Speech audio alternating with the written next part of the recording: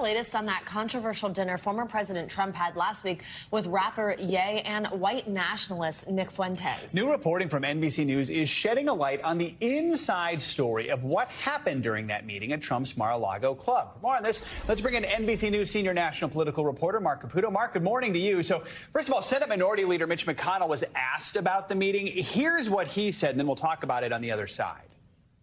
First, let me just say that there is no room in the Republican Party for anti-Semitism or white supremacy.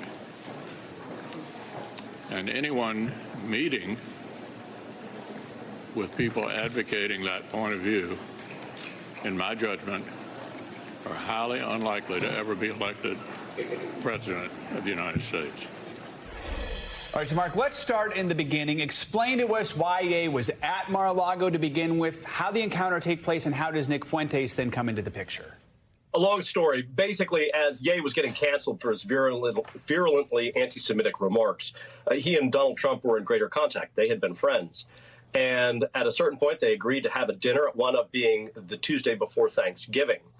Now, Ye, sort of unbeknownst to Trump, who apparently wasn't paying attention, according to sources that we've spoken to, was planning to run for president, and Trump didn't know it. And according to people who are associated with Ye, they had decided to come there and sort of confront Trump and say, hey, you've kind of lost your way in the Republican Party. You're not standing up for the January Sixers who are, incarcerated and who stand trial. You need to get them more money.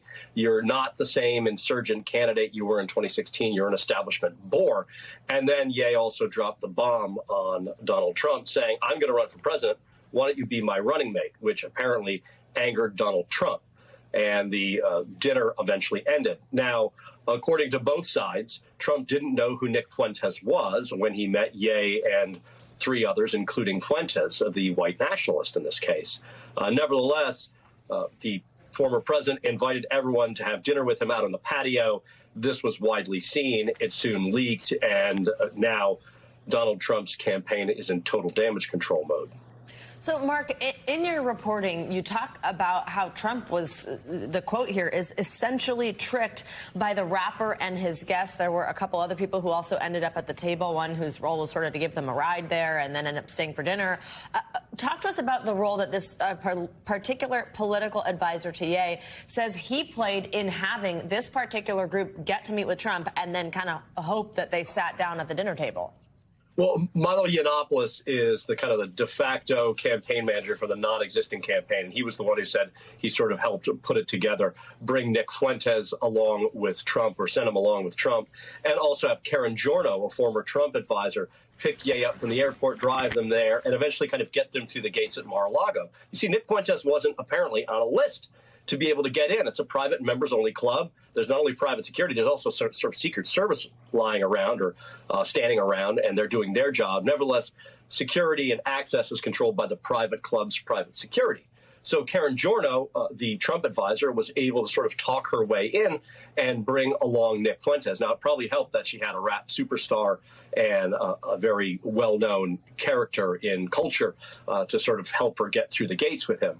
But that's sort of how they all wound up there together. And then, again, they had planned Milo Yiannopoulos, according to him, Nick Fuentes, according to him, and Ye to sort of spring this trap on Trump. Karen Giorno said she didn't know much about that. She was just sort of an accidental guest who wound up being a chauffeur that wound up at dinner. You mentioned the Secret Service quickly here. I mean, they're distancing themselves from what happened last week. Why is that? Well, it doesn't look very good if, a white nationalist. I mean, this guy, Nick Fuentes, has said pretty terrible things about Holocaust and race. There's a reason he's been deplatformed from a variety of social media channels. And they're saying, look, this is a private club. They're in charge of it. You can't blame us for this. The club is not commenting. All right, Marc, thank you so much for your reporting. Appreciate it. Thank you. Thank you. Thanks for watching our YouTube channel. Follow today's top stories and breaking news by downloading the NBC News app.